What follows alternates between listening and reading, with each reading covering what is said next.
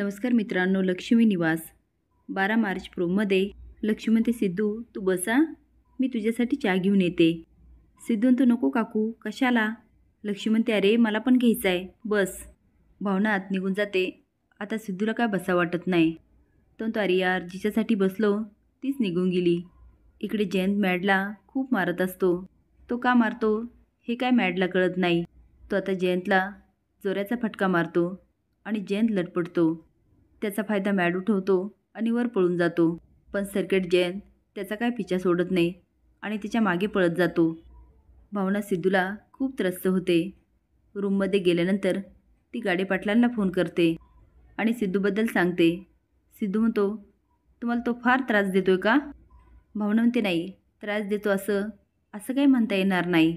सिद्धू हसतो म्हणतो, मी काय म्हणतो मॅडम, जे आरती तो सारखा तुम्हाला भेटतोय म्हणजे देवाच्या मनात नक्कीच काहीतरी असणार. देवाशी योगायोग उगाचच घडून आणत नसतो. भावना चिडू म्हणते, काय बोलताय तुम्ही? उगाचच काही पण बोलू नका.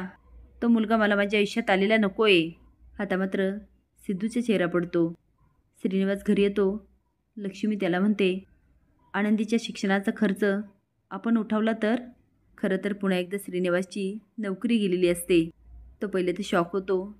स्वतःला सावरत म्हणतो, ठीक आहे, चालेल, काहीच हरकत नाही. लक्ष्मी म्हणते, खर्चाचा विचार करून काळजी वाटते का? श्रीनिवास म्हणतो, तसं काही नाही. लक्ष्मी म्हणते, तुम्ही बोलत नसला म्हणून काय झालं?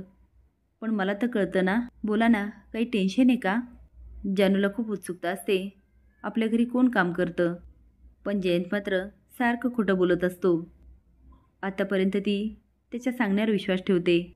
पण जयंतच्या वागण्यामुळे जानू सरभीर झालेली असते आणि तिच्या लक्षात येतं, घरात कुणी येतही नाही आणि कुणी आपल्याशी बोलतही नाही. मग एवढं सगळं घराचं काम कोण करतं?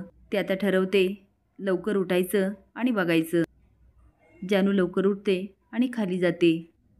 तर जयंत जोरजोरात साफसफाई करत असतो. हे बघून जानू शॉकच होते आणि म्हणते, जयंत म्हणतो, जानू तू इथे काय करतेस? जानू म्हणते, हाच प्रश्न मला पडलाय, तू इथे काय करतोस? आता मात्र जयंतच्या चेहऱ्यावरचे रंगच उडतात. असेच नवीन अपडेट जाण्यासाठी लाईक आणि सबस्क्राईब करा. धन्यवाद.